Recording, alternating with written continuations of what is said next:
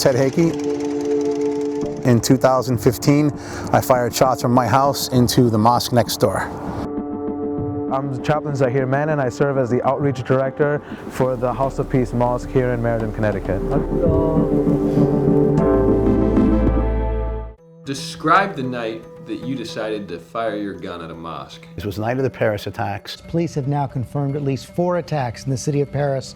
Tonight, at least 100 have been found dead. A friend of mine had told me about the attacks earlier on the way to the show, like texting on messaging. I didn't think too much about it. When we went to the show, I went with my wife at the time. When we got home, pulled in the driveway, and I looked at the mosque, and there it is. The mosque was 110 yards away. So I thought, okay, I looked over there and it was empty. It was 3 o'clock in the morning, it was pitch black. I didn't know if there was any extremists in there, and that was my thinking.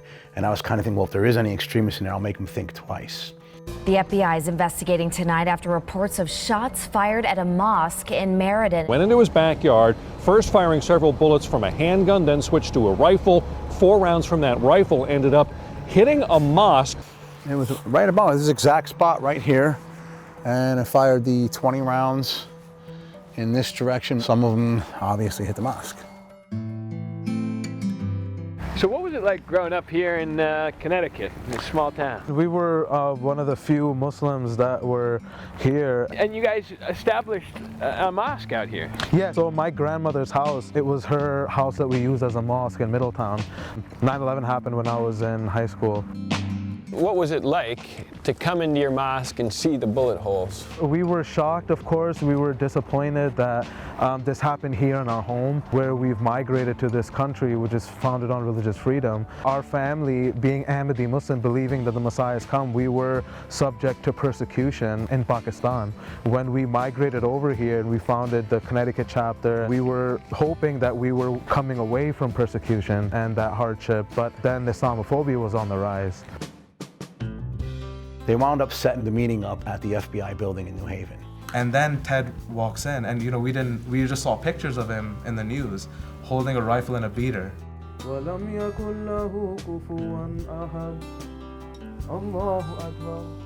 So we're seeing a mosque that is riddled with bullet holes from your shots, and yet you're smiling.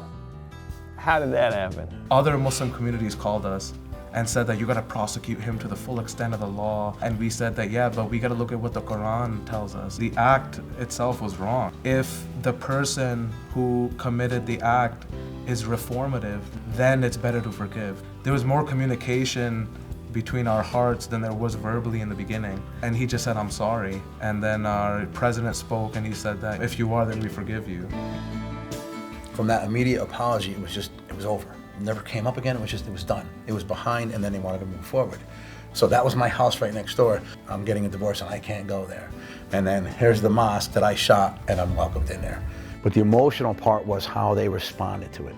We looked inside and said, where did we go wrong? They were like, we're sorry, we didn't knock on your door and tell you. And I'm like, whoa, how could you take blame for this? And they said, we should have knocked on your door. You're our neighbor for 10 years. And then a sincere friendship developed. Oh, absolutely. And if they had responded any other way, I would still be a hater of Islam. But because they forgave me 100% and welcomed me into their homes, I went right into his father's house, his house, and this is right after. And just by sitting down with your neighbor, talking to them for a few minutes, you'll get to humanize them rather than vilify them as the other, because we're all in a collective struggle. And that's to survive and to have peace and to have freedom to believe whatever we want. There are a lot of people now still who maybe feel the way you once did toward Muslims. What do you say to them? Knock on the door. Knock on the door, break bread, sit down with them, and draw your own conclusion. Regardless of who it is, you're gonna find that you have much more in common